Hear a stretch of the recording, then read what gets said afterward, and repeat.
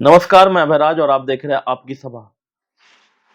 किसी भी राज्य, देश, शहर, पंचायत, किसी भी जगह के विकास के बारे में आप जब सोचते हैं, तो आपको पता है उस क्षेत्र के विकास में सबसे बड़ा अगर आधार कुछ है, तो वह शिक्षा है। झारखंड की शिक्षा की स्थिति में आज हम बात करना चाहते हैं। आज जब समय है, आज ये जब वीडियो बना रहे हैं, फरवरी का आधा महीना बीत चुका है। पिछले महीने 28 से 29 जनवरी को 9वीं कक्षा का एग्जाम होने वाला था, लेकिन किसी कारण उस एग्जाम स्थगित किया गया। समय पर जो जैक के अध्यक्ष है उनका चुनाव नहीं हो पाया। इस कारण से जो झारखंड बोर्ड के 9वीं कक्षा के जो एग्जाम है उसे स्थगित कर दिया गया और नई जो तिथि अभी तक जारी नहीं की गई है। हम यहाँ तिथि बताने या इस कि एग्जाम कब होगा, एग्जाम क्या है, इस पर बात करने नहीं आए हैं। आज हम एग्जाम के पैटर्न पर बात करने आए हैं।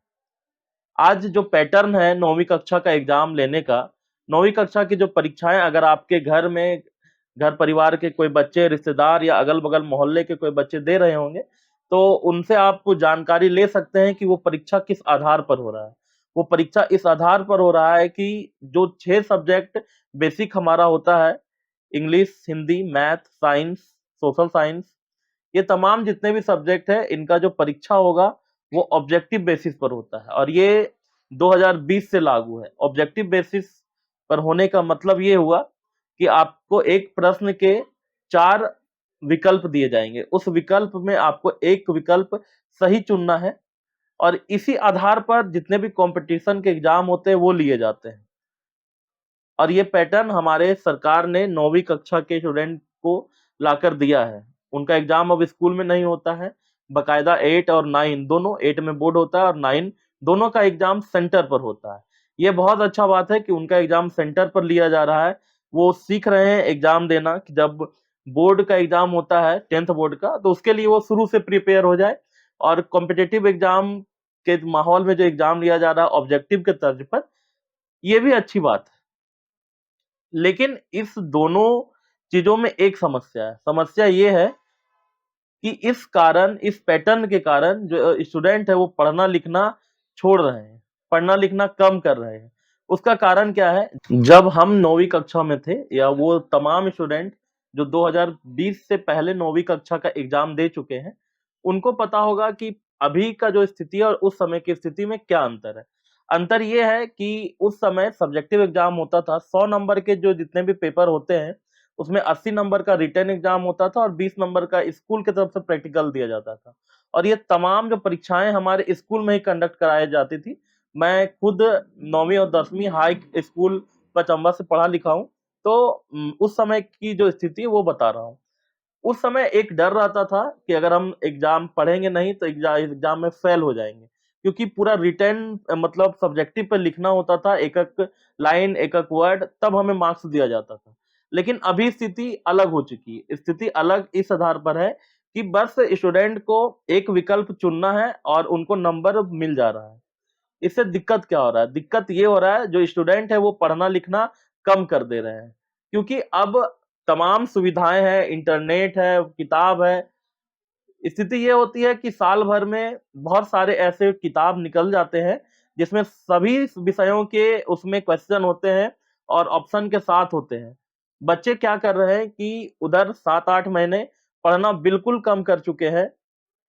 बस वो किसी तरह एक किताब लेते हैं और किताब को 1 आध महीने तक रटते हैं और चुपचाप जाके टिक कर देते हैं और उनको मार्क्स मिल जा रहा है। इससे दिक्कत क्या हो रही है? दिक्कत ये हो रही है कि उनका जो पढ़ने का तरीका है वो बिल्कुल खत्म हो रहा है, वो बहुत खराब हो जा रहा है।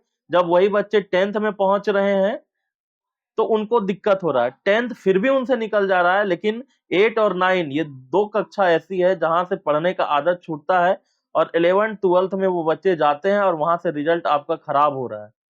रिज़ल्ट खराब होने का मतलब ये नहीं कि उसका जो परीक्षा परिणाम है 11th-12th का खराब आ रहा है। रिज़ल्ट इस आधार पर खराब हो रहा है कि उसकी बेसिक मजबूती बिल्कुल खत्म हो रही है। क्योंकि वो पढ़ाई का उसके पास डर नहीं है, डर इसलिए नहीं क्योंकि उसे फेल होने का डर नहीं। उसे एक चीज़ पता है कि मुझे एक किताब लेना है, लास्ट के 15 दिन में जब एग्ज़ाम से 15 दिन पहले वो किताब लेता है, उसे रटता है, टिक करता है और अच्छे मार्क्स लेकर आ जाता है। तो इस आधार पर हम सभी को शिक्षित कर दे रहे हैं, लेकिन हम किस तरह की शिक्षा देना चाह रहे हैं? क्या आप उस तरह की शिक्षा देना चाह रहे हैं कि आगे वो बच्चे पढ़ लिख कर आपसे नौकरी नहीं मांग सके? इस जिस आधार पर अभी आप परीक्षाएं ले रही हैं, जो सरकार हमारी परीक्षाएं ले रही है, उसके आधार पर सरकार की मंशा यही जाहिर होती है कि हम आपको एक पढ़ा लिखा रोबोट बनाएंगे, बस आपको थोड़ी मोड़ी जानकारी होगी और बेसिक आपके पास नहीं होगी, जिसके कारण आप आगे चलकर नहीं मांग सकते हैं नौकरी, क्योंकि आप नौकरी मांगेंगे, आपको कंपटीशन में बैठाया जाएगा और आप बाहर हो जाएंगे। तो सरकार को इस पर सोचना चाहिए। आप सेंटर पर एग्जाम कराइए 9 क्लास का, 8 क्लास का, लेकिन सब्जेक्टिव एग्जाम कराइए। 6 सब्जेक्ट का एग्जाम 9 क्लास का आप 2 दिन में खत्म कर देते हैं। 6 सब्जेक्ट का एग्जाम आप 8 क्लास का 1 दिन में खत्म कर देते हैं।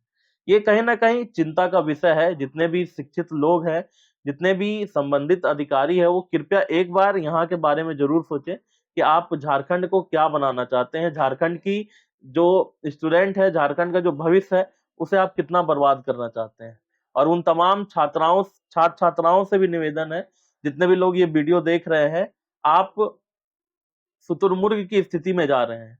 शुतुरमुर्ग की स्थिति में जाने का मतलब ये है, शुतुरमुर्ग एक ऐसा पक्षी है जिसे लगता है कि अगर वो अपना जो सिर है, वो रेत में गाड़ देता है, तो तमाम समस्याएँ उससे दूर हो जाती है। लेकिन ऐसा होने वाला नहीं है। आप जितने भी 8वीं और 9वीं कक्षा के बच्चे हैं, इस पर ज़रूर ध्यान दें। आप शुतुरमुर्ग ना बनें। आप 8वीं और 9वीं किसी तरह निकल सकते हैं टिक लगा के, लेकिन 11वीं, उसके बाद कॉम्पिटिशन, उसके बाद नौकरी, आगे बहुत समस्या है।